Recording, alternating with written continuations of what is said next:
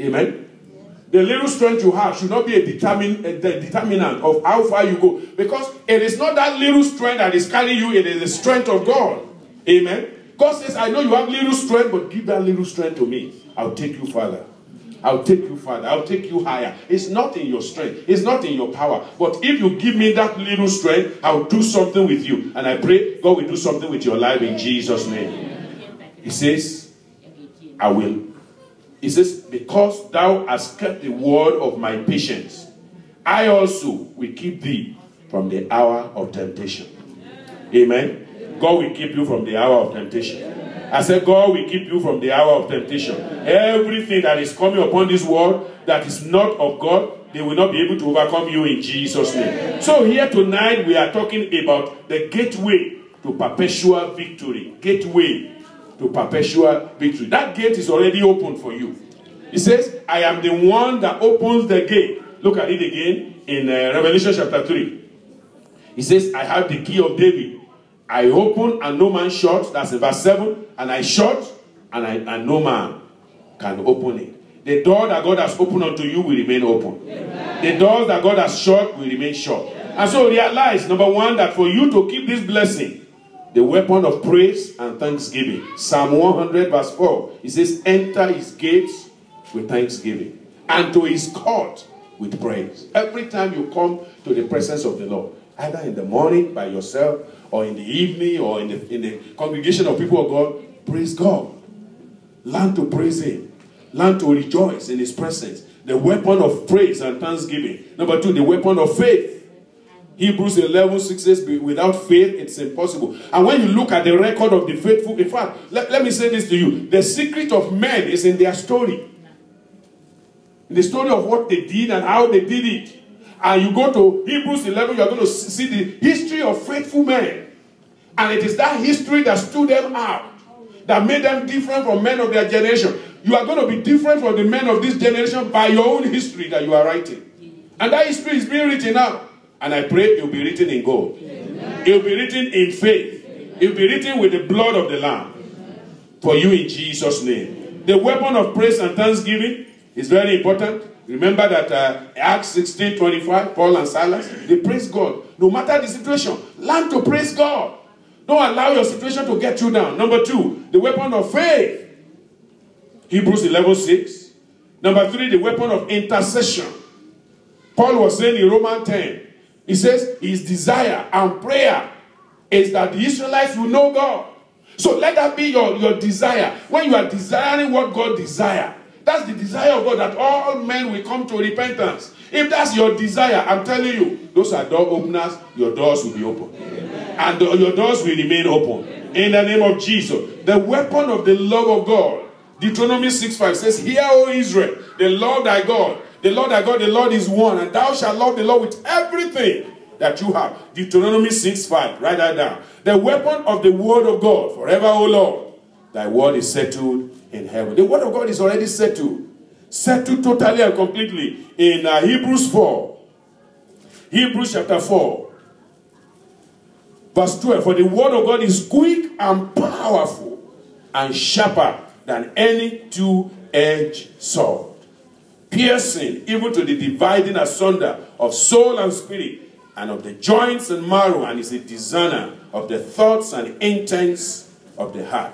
Neither is there any creature that is not manifest in his sight. The word of God is so powerful that it's like the eyes of God. When the word of God goes into a dark place, light pours out. And everything that is hidden can be seen. That's why, when you meet people for the first time and you give them the word of God, it's like the light just pours out.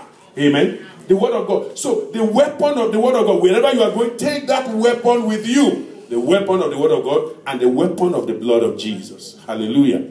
I said the weapon of the blood of Jesus. Revelation 11 verse 12.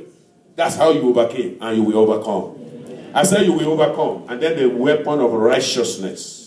Weapon of righteousness. God will keep you righteous. God will keep you holy. God will keep you pure. That's how we keep, this blessing that God has given unto us. Three things very quickly. Number one, the lifestyle that triggers closed doors. There's a kind of lifestyle that people live that will just trigger a closed door. You just close the door against them. And you need to avoid those. Our life is a reflection of God's intervention or Satan's reaction. Your life will either proclaim God's intervention or Satan's reaction. So you want every time that your life will proclaim the glory of God. But when that life does not, then Satan will react. Satan will come in. And that's how doors get closed. Your doors will not be closed. The door of God's grace will not be closed unto you. In the name of Jesus. So number one is the lust of the eyes, the lust of the flesh, and the pride of life. Of course, as a Bible student, you know that. 1 John chapter 2, verse 15 to 16. It says, love not the world, neither the things that are in the world. If any man love the world, the love of the Father is not in him. Because everything that is in the world, look at it, 1 John 2, verse 16. For all that is in the world, the lust of the flesh, the lust of the eyes, the pride of life, is not of the Father, but is of the world. And the world passeth away, and the lust thereof. But he that doeth the will of God does what? Abideth forever. Your blessing will abide forever. Amen. Please, make sure that you go away from anything that becomes the lust of the flesh, the lust of the eye. You know, just lusting and lusting and lusting. Be satisfied in the grace of God. I said be satisfied in the grace of God. Following that is an act of compromise with the world. Compromising with the world. That will shut the door real quick. Jeremiah 15, let me read that to you. You know, it's a gate closer. It's a door closer. When you begin to compromise with the world. Don't allow compromise in any area of your life. Don't say, well, I'm just going to do this little thing and then, well, the moment you do it, the gate closes. And God says, when I shut the door, no man can open it. And you may have to pray for the next 20 years like Jacob. You may have to go to the house of Laban and slave for 20 years. Laban may have to deceive you and do all sorts of things to you before you can get your victory. But that's not the purpose of God. The purpose of God is that what belongs to you will come to you and it shall be so. Amen. The victory that belongs to you shall come to you and it shall be so. Amen. The mercy of God that belongs to you shall be with you and it shall be so. Amen. In the name of Jesus. And so don't let the enemy deceive you that when you compromise a little, of course compromise gives you quick answers. But a long time or a long time of misery. It gives you a momentary enjoyment of whatever it is that you want at that time. But then you see the misery that comes. Of course, again, Jacob. You know, Jacob was able to deceive his brother, right? And the brother, gave him whatever it is that he got. Give me the birthright and all of that with all the tricks. At the end of the day, the man paid 20-something years. Plus, he ended up, people had to be in Laban's house. Plus, Laban, he had to become slave to Laban. Plus, he had to end up marrying 2 wives that he never planned to marry. He never planned to have 2 wives, but he ended up. That was not his plan. His plan was just to get the one that he loved and then be gone. But the man tricked him. That's what happens to a compromiser. It will not happen to you. Amen. Because you will not compromise. Amen. That's how to keep in the stream of the blessing of God. And you will keep there in Jesus' name. Jeremiah 15, verse 7. Jeremiah 15, verse 7. And I will find them with a fan in the gates of the land. I will bereave them of children. I will destroy my people. Why? Since they return not from their ways. They return not from their ways. God says, I will do terrible things to them.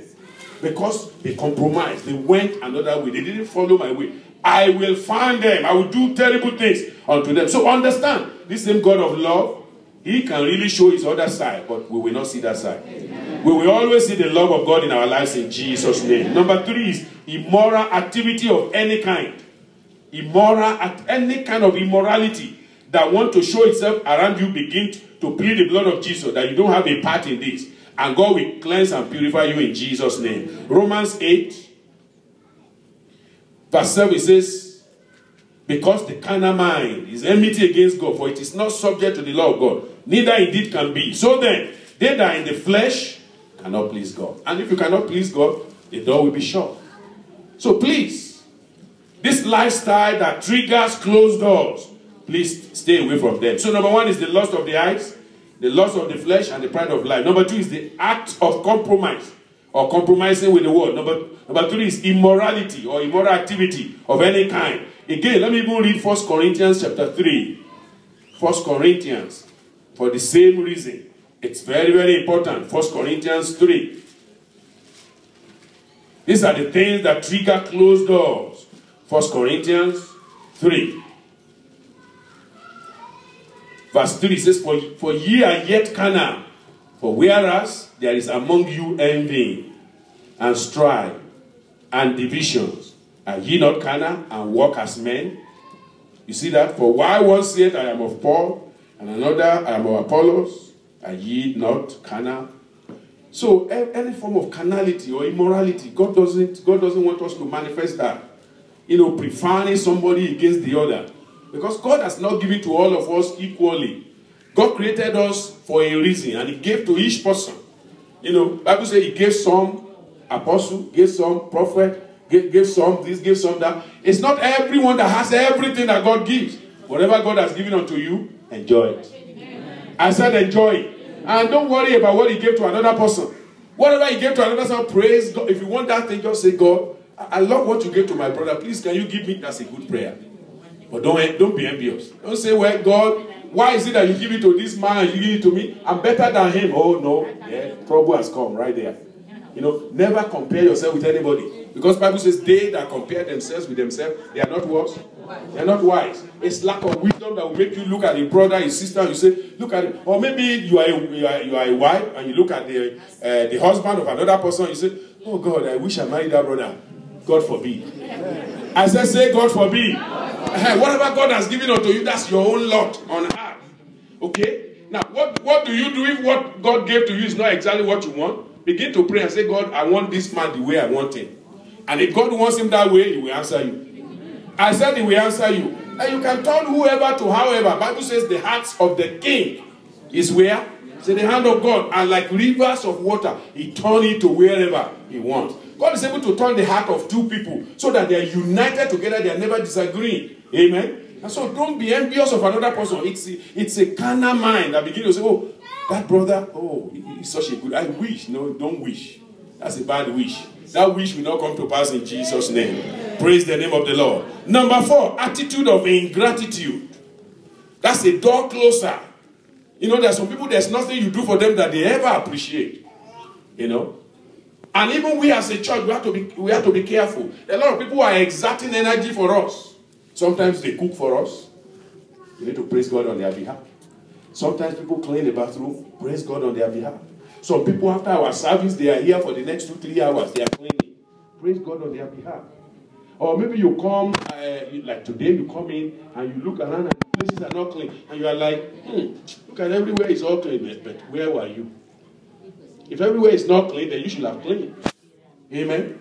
Attitude of ingratitude. People are doing the best they can. Appreciate them. God wants people to be appreciated. And God wants you to appreciate your brothers and sisters and appreciate what they are doing. Those who are singing, those who are leading us in one area or the other, let's appreciate them. Attitude of ingratitude, God doesn't like it. In that same Jeremiah that we read before, chapter 17, let me read the passage there. Jeremiah 17, verse 27. Jeremiah 17, 27. But if ye will not hearken unto me to hallow the Sabbath day, and not bear a burden, even entering in at the gates of Jerusalem on the Sabbath day, then will I kindle a fire in the gates thereof, and it shall devour the palaces of Jerusalem, and it shall not be quenched.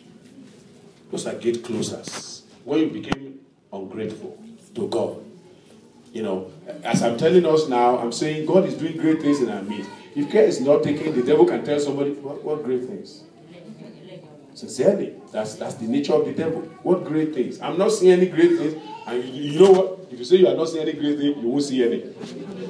May that not be your word in Jesus' name. What we are saying is great things are happening. I said we are saying great things are happening. Either the devil like it or not, great things are happening in my life. I am enjoying myself in the Lord at this moment. And I will continue to enjoy Him in Jesus' name.